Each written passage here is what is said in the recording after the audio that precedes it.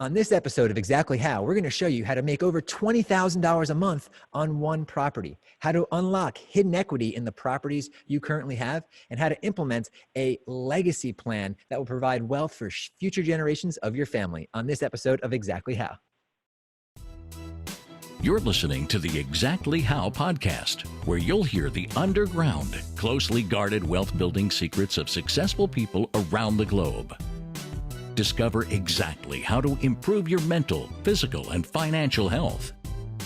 Feel better, make more money, live, give, and prosper in today's exciting, fast-paced world filled with opportunity for those who know exactly how. For those of you who are new, my name is Ross Hamilton, today's host and CEO of ConnectedInvestors.com, the real estate investors marketplace and community. And today we have the privilege to learn from a man who not only runs a brokerage of over 600 agents, is also a very active real estate investor in this space and recently made a killing on a 40,000 square foot deal he's going to talk about during this show. Prior to his career working in real estate, he worked as a consultant, and that all changed when he looked at a better place to get bigger returns. And that's how he found real estate. And that's why a lot of you people are here as well. I would describe our guest as driven. I'd like to introduce you to the one, the only Lon Walsh. Lon, thank you so very much for jumping on the line with us. Thank you for having me today. Yeah, we're excited about learning how to invest in offices and warehouses because with everything that's happening online today, a lot of retail sectors are having a really tough time, but warehousing is a very lucrative investment right now. And there's a lot of different ways to make a lot of money in offices. So this is a really smart show for you guys to be attending, and we got the right guide to give it to you straight. So you're going to talk about a case study that you recently did as well? Yeah, why don't we start with that? So I've been investing in residential real estate for a little over 20 years, and apartment buildings, at least in the Denver market, have gotten very expensive. And as a result, you end up with a lot of equity that's trapped that really can't work very hard for you. So I had an offer unsolicited from a California buyer who was in a 1031 exchange, and he made me an offer I couldn't refuse, sold my 15-unit building for $2.6 million, and I had about $1 million of cash proceeds. So I want to give you the before and after on this. I was getting about $4,000 a month of free cash flow on this when I sold it. So I've got a warehouse I'm going to replace this with. It's 55,000 square feet. It'll be $12,000 a month of cash flow when I buy it, but it's got a couple of vacant spaces and a few that are month-to-month tenants that are well below market. And after we correct that in the next year and a half, it should be $23,000 a month of free cash flow. So you maybe have some people on your podcast that have owned residential real estate. It's appreciated like it has in Denver, but they can't refinance it because there wouldn't be enough rent cash flow to cover the debt service. So the equity is trapped and it's not working hard. And this is a way to fix that. Wow, that's phenomenal. For everyone on the line, $23,000 coming in every month, whether you get up off the couch or not, whether you're out there spending time with your family or chasing your hobbies around the world, whatever that is. That's why so many people work so hard to be able to relax, right? Because you can just do one deal like that can change the financial direction of your life. And we're going to break it down in 3 steps for you on this show. And that's what makes the Exactly How Financial Freedom podcast unique. Each show comes with a detailed action plan. We're going to pull all the steps out of Lon's head so you can implement the same type of strategy in your own town. In addition, when you visit exactlyhow.com, that's where you're going to go to get the show notes. You can throw your name into the hat to win a $3,000 software that pinpoints every type of investment property, even warehouses and office buildings that could qualify for this strategy. Vacant, pre-foreclosure, everything you need as a real estate investor can be found inside the pre-MLS, and some lucky person is going to win it today on the call because they went to exactlyhow.com. So I'm really excited about this, but before we jump into exactly how to make big returns investing in offices, you contribute a lot of your success to networking and helping others. Why do you think this has played such a huge role in your success? Oh my gosh, real estate is such a contact sport, and really the more people you have trust-based relationships with, the more opportunities you're going to hear about before they actually go onto the market, and that drains a lot of the competition out of it and just makes your life so much easier. I can't tell you how much the network has helped me out over the years. Yeah, no, it's funny. Actually, the last guest that we brought on massively successful individual, buys 100 plus properties at a time.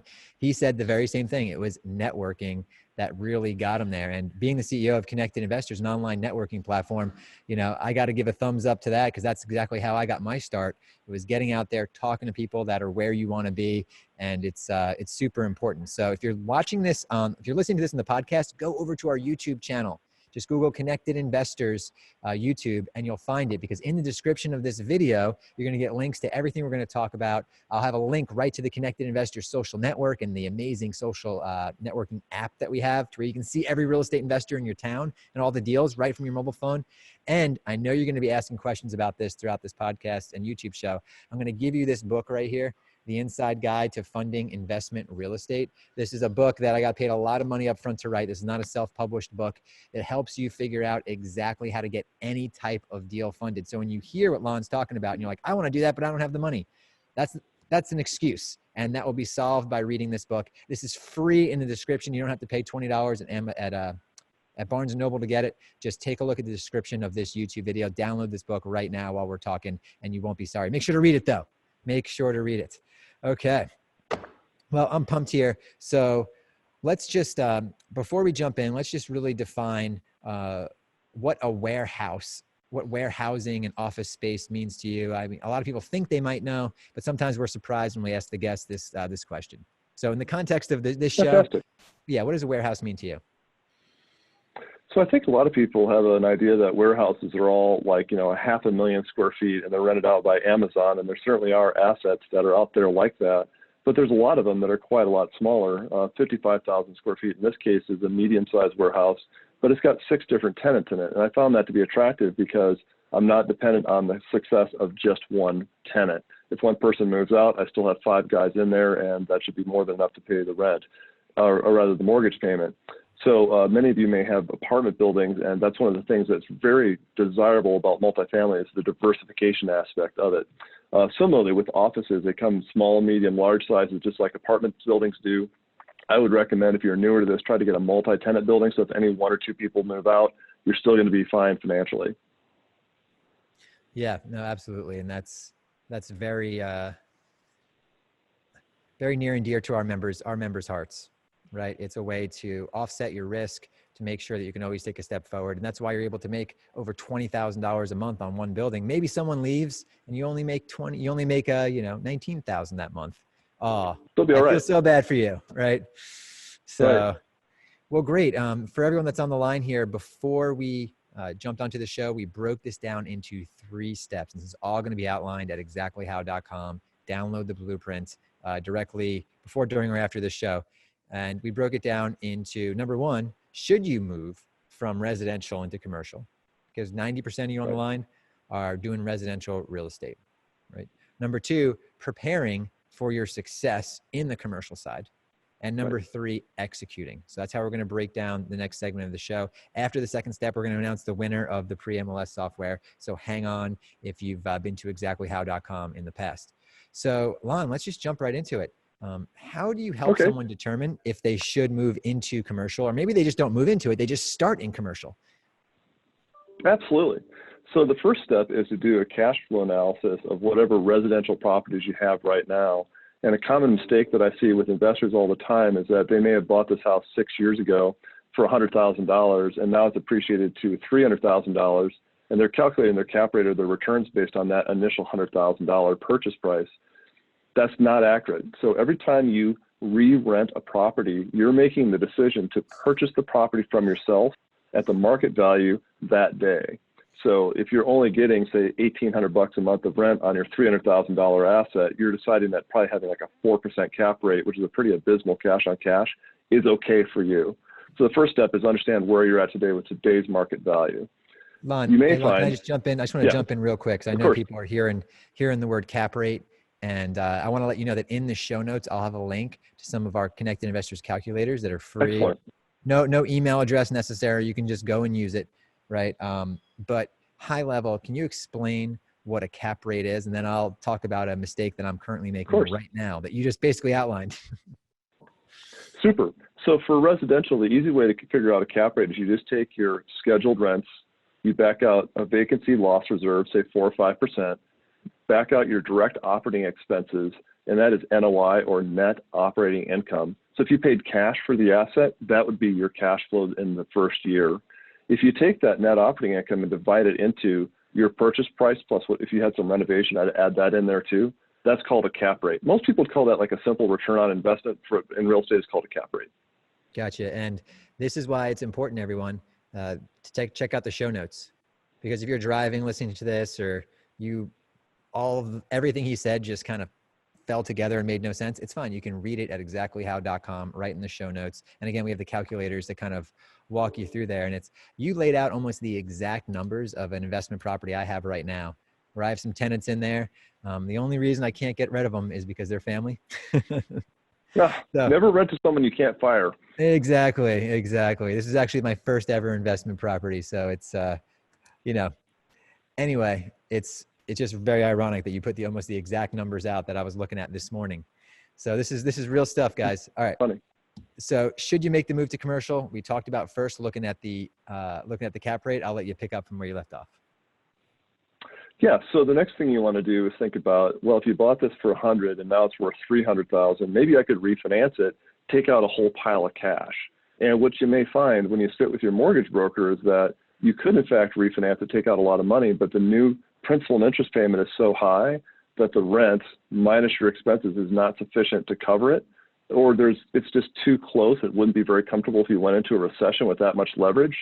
So you may be limited on how much refinancing you can do just because the value of the home has gotten so high. And this is like the ultimate first world problem for an investor, but it's a great problem to have. So you have to figure out some alternative way to free up the equity and redeploy it. No, great point. Yeah, thanks for sharing that insight there. So what else does someone need to think about when they should make the move to commercial? That's the biggest one. So if you're finding that, you've got a couple $100,000 of equity and you're only making a couple $1,000s a year of cash flow, so your cash on cash return is like 2% or 4% or something that is really not much better than a savings account, then it's really time to evaluate, is it time to sell this asset and try to redeploy it into something that has a better cash on cash so you can build wealth a little faster. Yeah, absolutely. And for those of you who are new and you haven't, made your first investment yet, or maybe this is kind of above your head, whenever we start breaking this down and when we knock out the show notes for you, everything that we do, we show you how to do. If you're brand new, if you have no money, no experience, you know what I'll do? I'll include a great link to a summary recap, and I'm making sure my guys here can hear me, of how to overcome the top newbie misconceptions of, I don't have money, I don't have experience. What do I do? I'm going to make sure to have that link to that video in this video right here, because I don't want to waste Lon's time going over that, but where there's a will, there's a way. So everything that we talk about here, whether you're brand new, you've never done a deal, if you want to get $20,000, $30,000 a month coming in an autopilot, you can do it if you want it, right? It's not easy, but it's simple. So anyway, Lon, yeah, let's talk about preparing for success. Absolutely. So there's a couple different steps that go into this. And I can tell you, our brokerage does a little over 4,500 deals a year. We do a lot of work with investors. And if you've got a tenant occupied property right now and you're the landlord, you're almost always going to get a lot more money and sell the house a lot faster if you get the tenant out of the property and at least do a basic cleanup and maybe swap out whatever things have been worn so that when the buyers take a look at it, it looks really, really sharp. A common misconception is that, well, I can just show the property with the tenant in it, and that almost never leads to a very desirable outcome. So the first big step for preparing for success is you may have 3 or 4 properties that you bought 5 years ago. They've all appreciated really well. You want to try to synchronize those leases to all end at approximately the same time. So if they're month to month, that'll be very simple, of course. If they're on longer term leases, when you do your next renewal, don't just automatically sign a 12-month extension. Sign a 4-month extension, a 17-month extension, a 9-month extension, so that all the properties you want to dispose of all come up at the same time. That's the first foundational step. And then what you can do is when they all vacate, you can clean them up as necessary, put them on the market at a correct price so they sell rapidly, and then do a 1031 exchange. Are you familiar with that, or do you want me to walk through that logic? No, that was a great breakdown. We're going to talk about the 1031 exchange, but I love what you just said about lining up all the leases, because now you have a plan, right? That's why this is preparing for success. Okay, cool. I have these handful of properties. If you're a landlord and you have, 3 or more properties, maybe even 2, there's so much appetite for people to come in and buy those that this could be a huge, huge payday for you. And with everything you learn at Connected Investors, you can figure out how to move that money. But the 1031 is very, very important. So why don't you go ahead and break down what a 1031 is? Absolutely.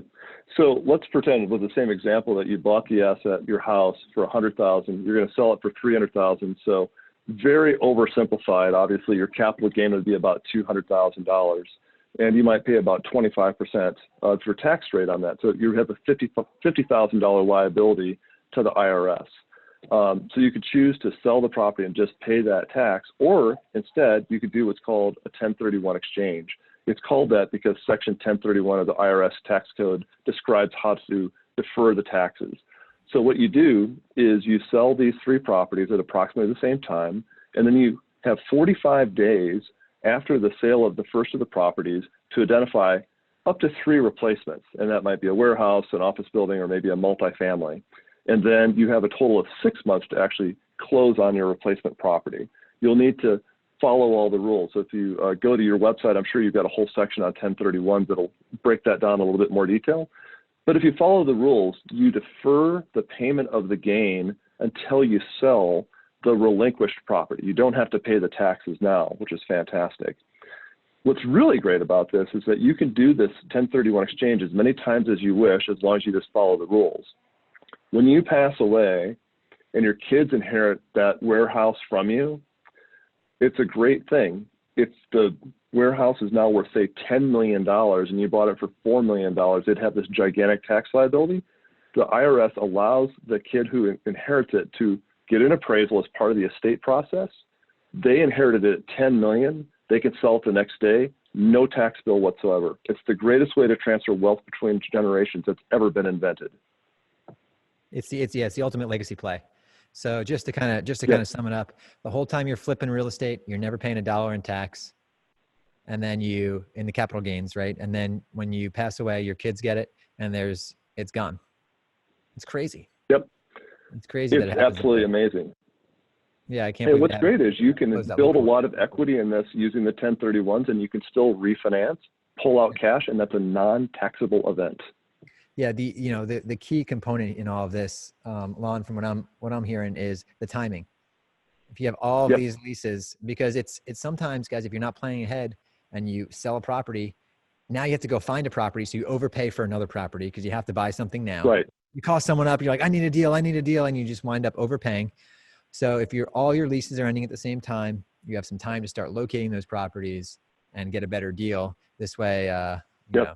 But honestly, with all the money you save, you can afford, in the example he just gave, you can afford to pay $50,000 more for the property because you're about to either give it away to the government or pay more for the property. So I'd rather give it to another real estate investor than, to the government. So that's, either way, it's a win-win, but this is a really fantastic strategy here.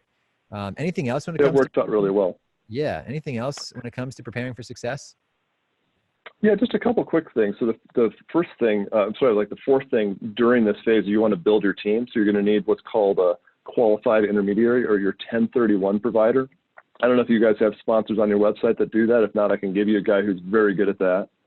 Yeah, you'll want to find a commercial. We'll make sure to have it in the show notes for everyone. Yep, 1031x.com. Very easy to work with and very reasonable on the fees. You'll want to have a commercial loan officer that can help you find a commercial loan, and I bet your book is packed with strategies on finding the financing. And then a commercial real estate broker who can help you, of course, find properties that are a good match for you. Apply for the loan, get the lending process figured out after you've read through the book, and then start looking at properties. Yeah. And if you guys jumped on halfway through this or something, I'm giving away this book right here, The Inside Guide to Funding Investment Real Estate. It can be found in the description of the YouTube video. It is 100% free. There's not even an opt-in necessary. I just want to make sure that you don't get ripped off. So this is something that we give away for free. So thanks for the breakdown of the 1031 play there. That is quite powerful. Anything else you want to add, or do you want to move to execution? I mean, executing. We're ready for execution. Yeah. So actually, all of the work really is in preparation. And if you do all the preparation steps, the actual execution part should be relatively easy. So you get the possession of the units, you rehab them, price them so they sell quickly, find the replacement. Your 1031 provider will help you with all the paperwork so you satisfy the IRS, and then you just close on it. Yeah. Ideally, what you'll do is find something that we call as a value add. So the two opportunity types are, you can buy a turnkey property that's set to go, in great shape, great tenants, and you're going to pay top dollar. Or you could do a value add where maybe the building's got some vacancy, like this warehouse I just bought. Some of the tenants are below market on their rates, so there's a lot of upside, but you got to do some sweat to get to it. I prefer to buy those and then create a lot of value. So then you would execute that plan. Yeah, well, before we get into the details on executing the different types of plans you have here, I have to announce the winner of the pre-MLS software. This person, they went to exactlyhow.com and they commented on our YouTube videos, and they're giving us thumbs up. We do this all for you. We're giving away free books, but we don't know if we're impacting you unless you comment, unless you give us a thumbs up, and that's how other people find our show. YouTube's algorithms say, hey, if people are commenting on this, it must be good content. So they put it to the top of the searches. So I definitely want to ask you guys, if you've enjoyed anything we've talked about here, go ahead and give us a comment. Let us know what you like, and let us know what your plans are, right? Let's just get a conversation going. All your comments go directly to my cell phone, and I answer a lot of the questions personally as I'm between meetings. So the winner of the pre-MLS software this week is Eliza Rowe. Congratulations. We'll go ahead and get you all set up. Our staff right here at Connected Investors in Wilmington, North Carolina, will walk you through the whole process, and you will be up and running. And remember, this episode's sponsor is privatelenders.com. It's where you can go and have private lenders compete to be your capital partner for any type of real estate investment. This is not for a home loan. This is just for real estate investments if you're looking for private lenders or capital partners. Privatelenders.com. All right. Awesome. I'm so excited for Eliza. It could really change your life here having this software. Let's go ahead and talk about more ways to execute this fantastic plan. Fantastic. That's really the biggest part. You know, the larger the property that you're trying to buy, depending on how much equity you have, the earlier you're going to want to start to try to identify it. You're going to find quite a few situations where there's a seller of a larger property who's not in a huge hurry to rush, because perhaps it's been in their family for a while, it's already paid off, and it's just their estate plan to liquidate this asset. So to the extent possible, before you actually list your properties for sale, you may be able to locate what you want your replacement to be, and you could put it under contract, and then you know you've already got your replacement all set to go. That takes a lot of the stress out of this 45-day hunt to go find the replacement property. That's a great pro tip that I didn't think of when I first got started. That's helped me out a lot since then. Yeah, that's really helpful. Thank you for sharing. It's, you know, there's only really one shortcut to success, and it's relationships. Yep. It's networking. The more people you meet, the better. Yeah, exactly. Which is why you contribute a lot of your success to networking. And people ask me all the time, hey, how can I be successful faster? I'm like, you got to shake more hands. You got to meet more people. You got to send more friend requests, get inside Connected Investors, go to some meetup meetings, go to some RIA meetings, Yep. like do what you have to do, sit down and have lunch with a realtor in your town. Maybe they'll pay for it. Maybe it's a free lunch, but you have to get out there and you have to start telling people what you're doing and making your intention to be successful in real estate known by as many people as possible, which is why I want to bring light to, in the description of this YouTube video, there's a link right to our app. The Connected Investors app is the #1 real estate investing app out there, and it connects. You can press a button and see every investor in your local area and start connecting with them. It's just, it's so underutilized because we haven't officially launched it. The people that are using it are like, oh my God, I can't believe this is free. It's a fantastic app. We're making a lot of updates. We're going to do a big official launch. Maybe by the time this is live, it will be live there, but it's changing people. It's changing what people do when they're on their phone. They're not on Facebook. They're on the Connected Investors app making money. So at the end of this video, we'll actually play a little demo of it. If you're watching this, listening to this in a podcast, just search Connected Investors inside the App Store. Great. Yeah. So anything else you want to tell people that are thinking about investing in warehouses or office buildings before we kind of move on maybe to a breakdown high level of your most recent deal? No, I think those are the key things right there. Great. So your most recent deal, you gave us a little overview in the beginning of the call. Are there any key lessons that you learned through that, or is there anything else, any insights that you want to bring to the table on how you found the deal, funded the deal, and figured out all the numbers? Got it. So really, this warehouse deal that we're purchasing was one that was on the market. So it wasn't like it was an insider thing that I found through the network, although I certainly have purchased a lot of them that way.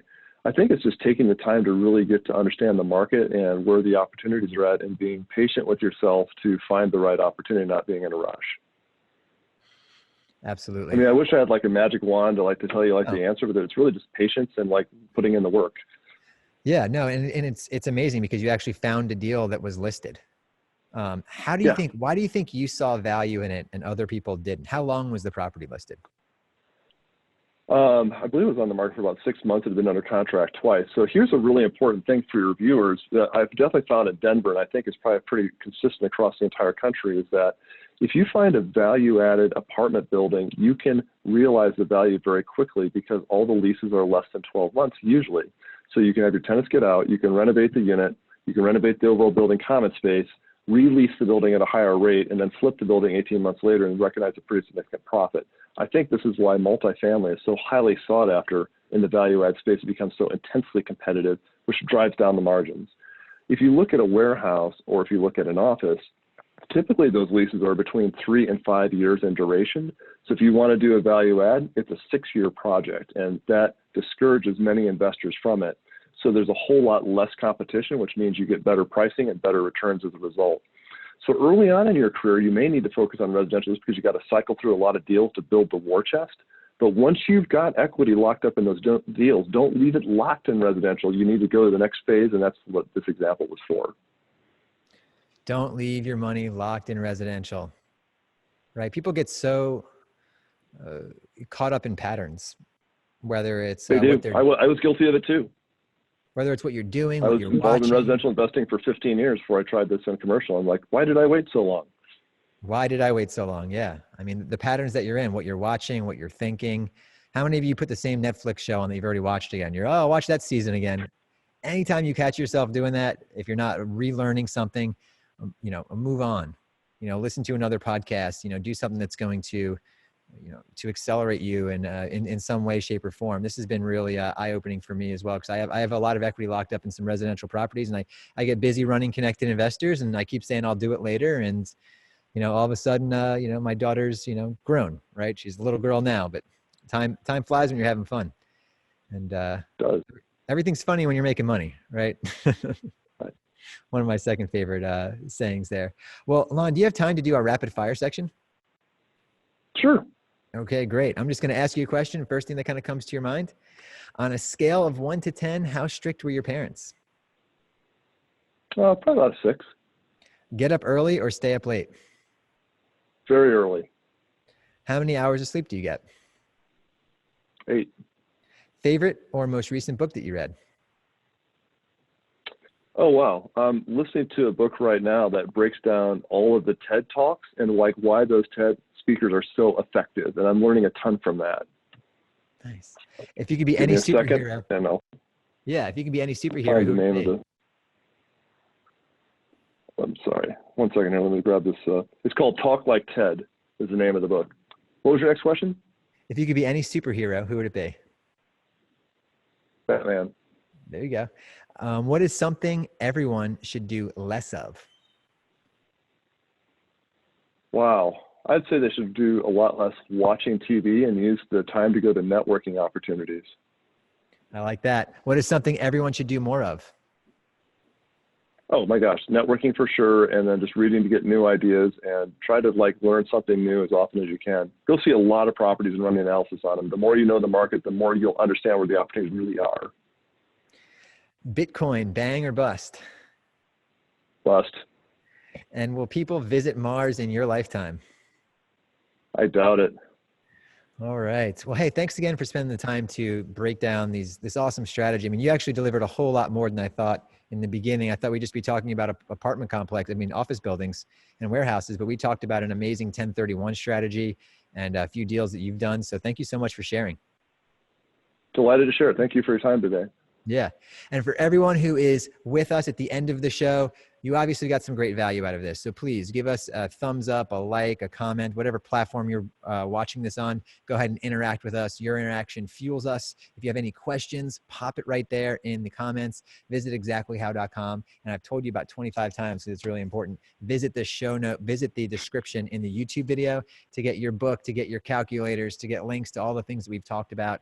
And if you're brand new, there's going to be a really good link in there, how to overcome the newbie excuses, so you can get that out of your head and start getting some money in your pocket. So thank you so very much for being part of the Exactly How podcast and YouTube show. I'll see you on the inside.